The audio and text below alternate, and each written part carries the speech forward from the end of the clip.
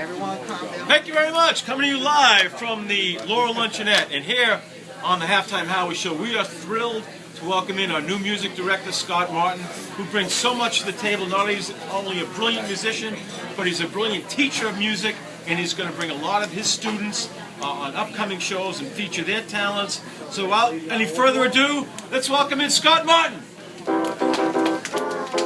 With a clap and y'all clap. Scott, talk about a little about your background in music and how excited you are to embrace this opportunity as our new music director.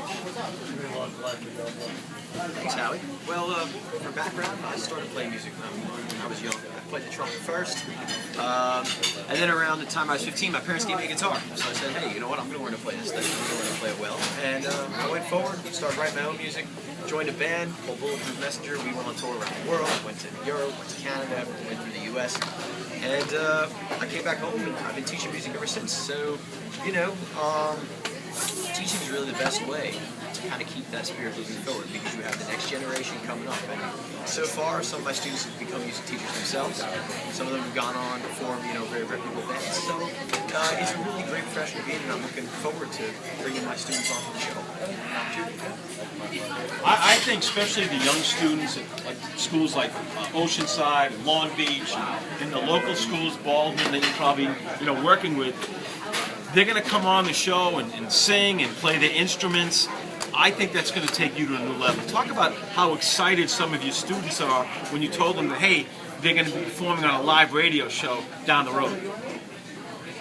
Well, I mean, you know, it's radio. It's been around for 100 years, and people love it to that still. You tell a student that's in, 6th grade, hey, man, we're going to bring on the radio show, and their eyes bug out. They just light up. They're like, really, man, what are we going to do? Let's practice. Let's get it done. So I think it's a really good tool to just keep kids going.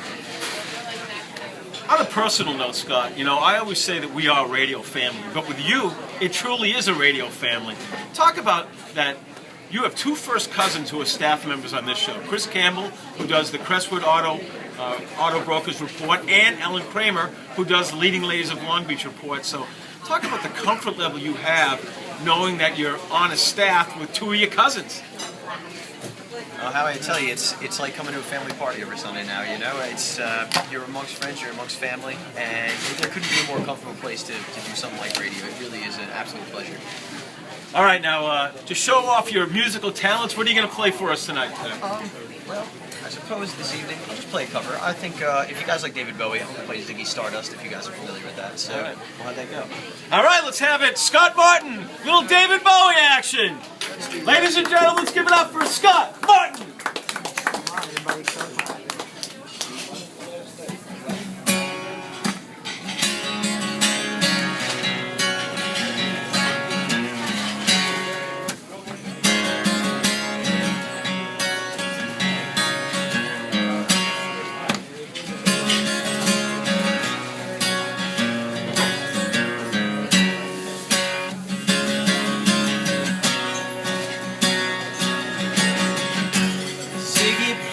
Guitar, jamming good with Will and Gillette and the spiders from Mars.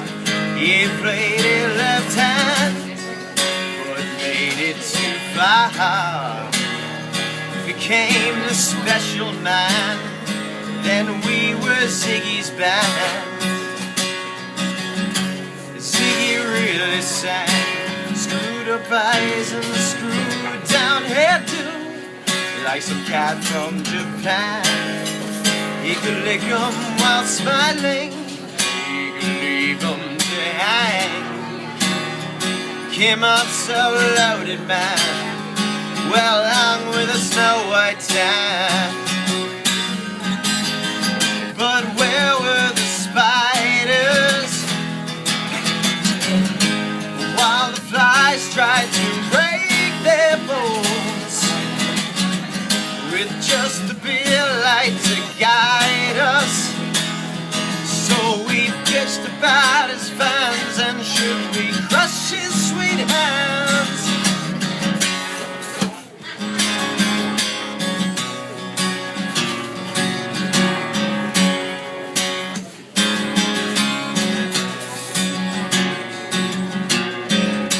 Ziggy played for time, driving us that we the kids were just fast, and he was the Nas, really God-given Nas. He took it all too far, but boy, could he play guitar, making love with his ego. Ziggy sucked up into his mind like a leper messiah. When the kids had killed the man, I had to break up the band.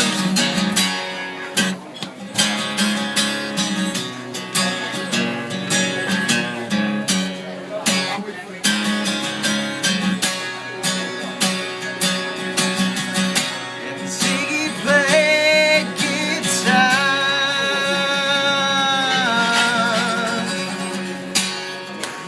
That was unbelievable!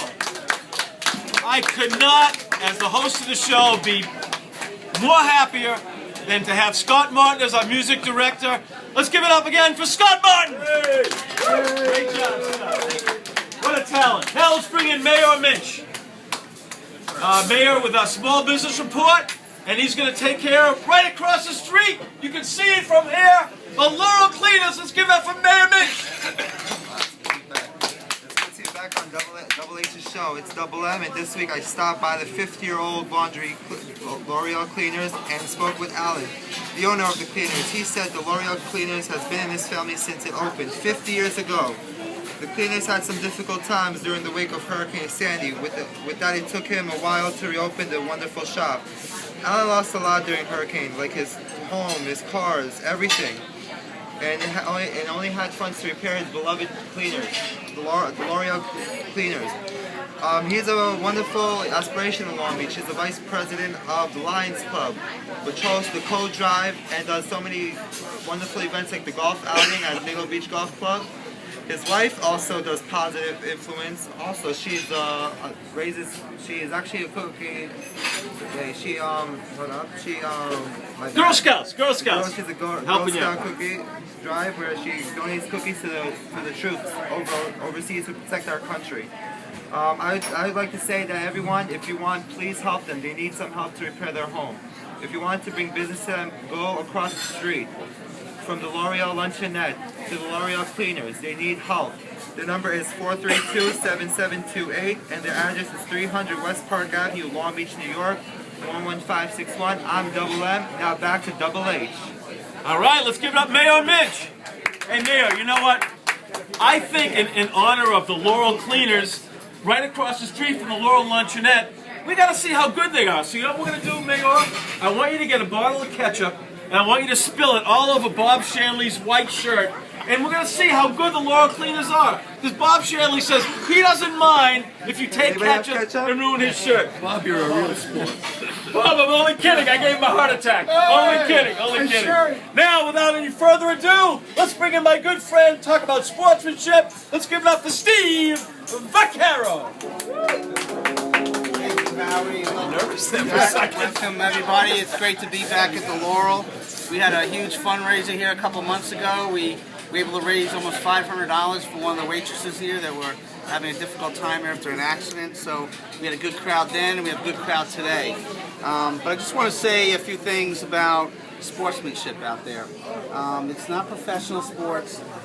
We're talking about youth sportsmanship between the parents, the coaches, the umpires, and the players themselves. I've seen actually as a coach, a referee, an umpire, and also as an assistant coach in baseball, soccer, basketball, and different sports, that sportsmanship sometimes can get over the edge. And I think sometimes parents take it too seriously, as we see across the country time and time again that there are events that really are troubling.